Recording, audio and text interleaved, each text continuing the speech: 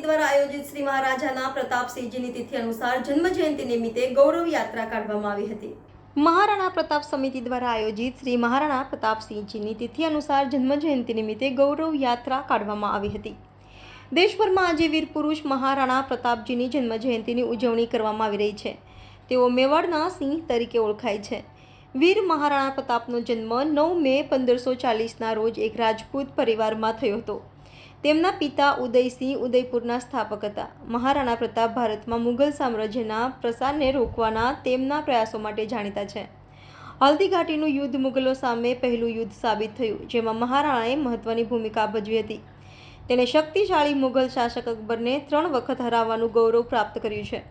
ત્યારે આજે તિથિ અનુસાર પુણ્યતિથિ નિમિત્તે મહારાણા પ્રતાપ સમિતિ દ્વારા ગૌરવ યાત્રાનું આયોજન કરવામાં આવ્યું હતું। આ યાત્રા વડોદરા શહેર પોલો ગ્રાઉન્ડ ખાતેથી નીકળી સ્ટેચ્યુ ઓફ યુનિટી પાસે આ યાત્રામાં મોટી સંખ્યામાં ક્ષત્રિય સમાજના આગેવાનો અને યુવાનો જોડાયા હતા અને મહારાણા પ્રતાપની જન્મજયંતિ નિમિત્તે ગૌરવ યાત્રા યોજી હતી। Reporter Rahul Rajput, YNN news, Vadodara.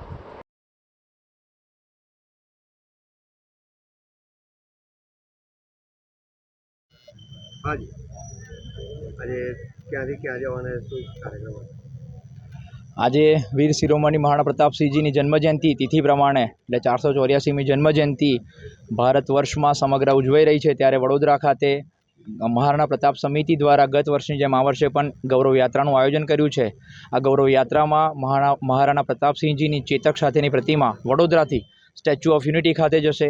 વડોદરાના વિવિધ રાજમાર્ગો પર ફરી કેલનપુર ખાતે એકતાનગર એટલે ડભોઈ થઈને ત્યાં યાત્રા પહોંચશે, જેમાં અલગ અલગ વિસ્તારોમાંથી એટલે વડોદરાથી વાત કરું તો વડોદરાથી જ્યારે યાત્રા શરૂઆત થશે તો આગળ જેમ આગળ વધશે એમ કપુરાઈથી ડભોઈ, બુજેઠા, તિલકવાડા, ગરુડેશ્વર ત્યાંથી અલગ અલગ સમાજના તમામ લોકો આ યાત્રામાં જોડાશે અને સ્ટેચ્યુ ઓફ યુનિટી ખાતે આનું સમાપન થશે। ત્યારબાદ સાંજે 6:30 કલાકે એક સાંસ્કૃતિક કાર્યક્રમ એટલે વાતો આપણા વારસાની એટલે ભારતનો આ જે ભવ્ય વારસો છે, દિવ્ય વારસો છે, એને વાગોળવાનો જો એક અવસર એટલે ગૌરવ યાત્રા।